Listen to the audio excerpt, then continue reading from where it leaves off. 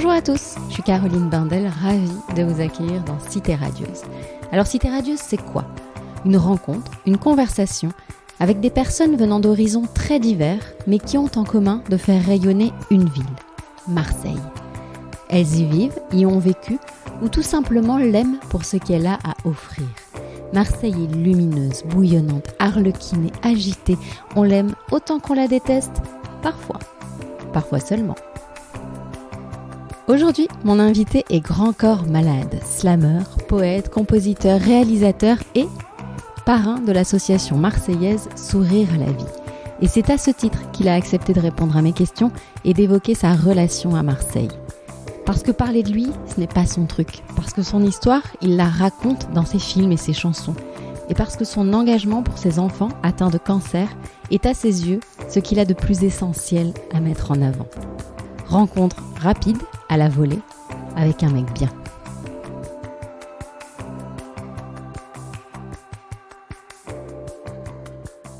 Grand Corps Malade, salut. Salut. Je suis ravie de t'avoir au micro de Cité Radieuse, donc un podcast dont Marseille est le fil rouge. On va commencer par ça. Si je te dis Marseille, ça évoque quoi pour toi ? Ça évoque plein d'attaches, des attaches différentes les unes des autres. J'ai de la famille à Marseille, j'ai des très bons potes que je connais depuis très longtemps. Et puis j'ai surtout l'association Sourire à la vie, dont je suis le parrain. Donc ouais, il y a plein d'attaches différentes et plein de bonnes raisons de venir assez souvent à Marseille. Donc Sourire à la vie, on va y revenir et on va y revenir longuement. Mais cette ville, tu l'as découverte quand et comment ? J'ai dû y passer vraiment très rapidement quand j'étais enfant, mais j'ai vraiment commencé à y venir régulièrement depuis peut-être 2005 à peu près. Et voilà, j'ai tout de suite accroché, hein, vraiment j'adore cette ville. Moi j'ai grandi, j'ai vécu plus de 30 ans à Saint-Denis, en banlieue nord de Paris. Et voilà, Saint-Denis c'est une ville très populaire, très multiculturelle. Et moi vraiment, quand je suis arrivé à Marseille, je me sentais un peu chez moi. J'avais coutume de dire c'est un grand Saint-Denis au bord de la mer, tu vois, c'était un peu ça. Donc avec le soleil plus souvent présent qu'à Saint-Denis. Donc voilà, je l'ai découvert, ouais c'est ça, il y a pas loin de 20 ans et j'ai beaucoup aimé y revenir régulièrement. Tu y reviens donc régulièrement pour d'autres raisons que pour sourire à la vie ou pas forcément ? Oui, ça peut m'arriver aussi pour venir voir des amis, pour venir voir de la famille. Il y a plein de raisons possibles. Parce que là, donc, on est au Théâtre du Cadran, donc on est à Ansuès-la-Redonne, c'est tout près de Marseille, donc pour la première d'un spectacle dont tu n'es pas la star et tu m'en voudras pas te dire ça, mais plaisir, les stars sont les enfants donc qui sont accompagnés par cette formidable association dont tu es le parrain depuis près de 10 ans. Ouais, même plus, je pense. Ouais. Même un petit peu plus. Alors, comment a débuté cette aventure avec eux ? Alors, je connaissais à l'époque Quentin Gilles, qui était le préparateur physique des enfants de l'association, qui m'a dit tiens, je bosse dans une asso géniale et en ce moment, on prépare un spectacle et les enfants, pendant le spectacle, ils dansent sur une de tes chansons. Du coup, il m'a dit est-ce que ça te dit, j'étais justement à Marseille, et il m'a dit est-ce que ça te dit de passer les voir à leur répétition ? J'ai dit avec plaisir, donc j'y suis allé.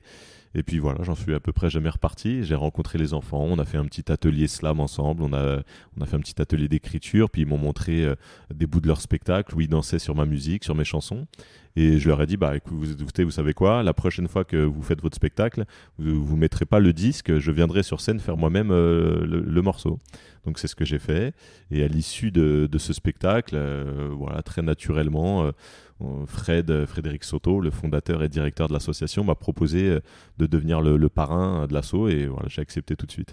On va redire 2 mots de cette association Sourire à la vie, donc qui accompagne des enfants atteints de cancer, des enfants et des adolescents, et qui a quand même pour vocation de ne pas les laisser dans leur lit à l'hôpital, et bien au contraire de les faire bouger, de leur faire du sport, des spectacles comme ce soir. Donc on parlait de celui-là qui est le nouveau spectacle. Qu'est-ce qui t'a touché particulièrement dans ces actions ? C'est une association vraiment qui propose des choses extraordinaires, quoi. Des enfants qui sont parfois en plein traitement, en pleine chimiothérapie, arriver à les faire danser sur scène dans un spectacle très abouti avec des vraies chorégraphies, une vraie mise en scène devant 600, 800, des fois 1000 spectateurs, parce qu'avec des spectacles, on a fait des vraies petites tournées, on a joué à Marseille, à Aix, à Paris, dans des très beaux théâtres parisiens. À côté de ça, ils emmènent des enfants aussi des fois en Laponie ou dans le Grand Nord canadien, faire vivre vivre en autonomie totale dans des igloos, faire des centaines de kilomètres pendant 10 jours avec des chiens de traîneau. Et là encore, des enfants sont en plein traitement. Et chaque été, ils traversent aussi la Méditerranée sur un catamaran. Enfin, ils leur font faire des choses extraordinaires. Alors, déjà, ils les accompagnent au quotidien. Ils leur permettent, comme tu disais tout à l'heure, de sortir un peu de l'hôpital, puisque l'association a un très beau lieu, une maison qui s'appelle le Phare des Sourires, qui est une vraie alternative à l'hôpital, puisqu'on y pratique des soins, mais surtout, on leur propose de rester dans une vraie vie d'enfant, puisqu'ils sont entre eux. Il y a une salle de cinéma, il y a une salle de sport, il y a un coin bibliothèque, il y a un salon hyper chaleureux, il y a des dortoirs, on dirait qu'on est dans un petit chalet. Enfin, c'est très différent de l'hôpital et ça fait vraiment du bien aux enfants de venir là. Donc, ils les accompagnent au quotidien, depuis l'annonce du diagnostic, pendant le traitement, après le traitement.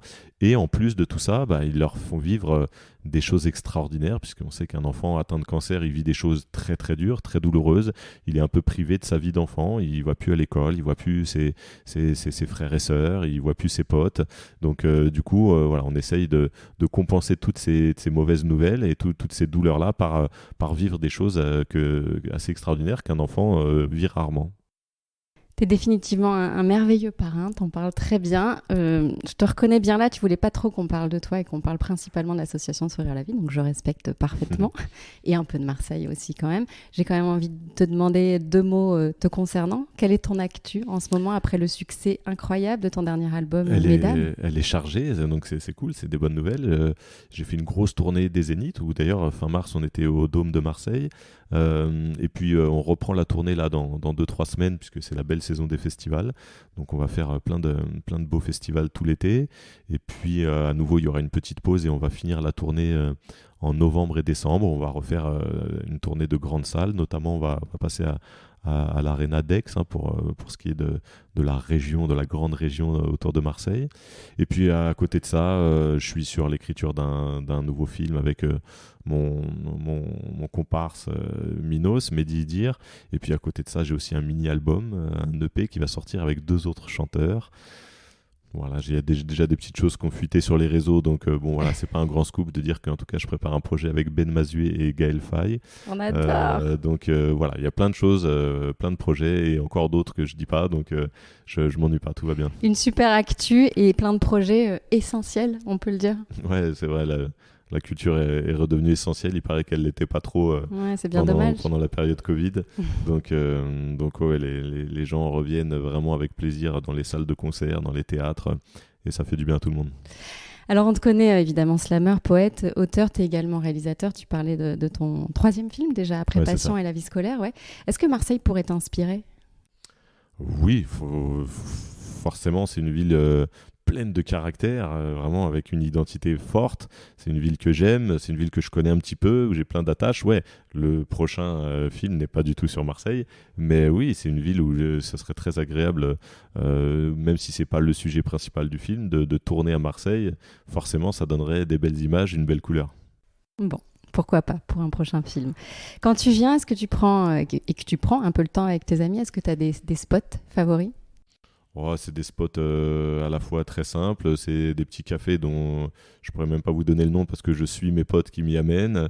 C'est des petits lieux dans le panier, évidemment un petit tour sur le Vieux-Port, et puis moi en tant que Parisien, j'aime bien aller voir la mer, hein. Donc on va sur la côte, un peu, comment ça s'appelle, Borély, tout ça là. Ouais.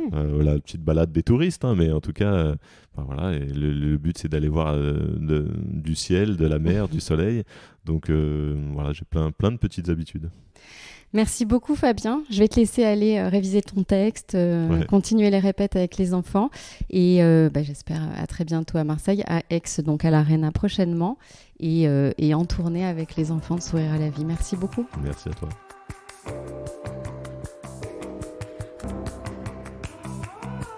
Voilà, c'est terminé pour aujourd'hui.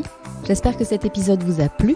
Je vous rappelle les coordonnées de l'association Sourire à la vie. N'hésitez pas à les soutenir via leur site internet sourirealavie.fr et leurs réseaux sociaux sur Instagram et Twitter. Je vous mets les liens en bio.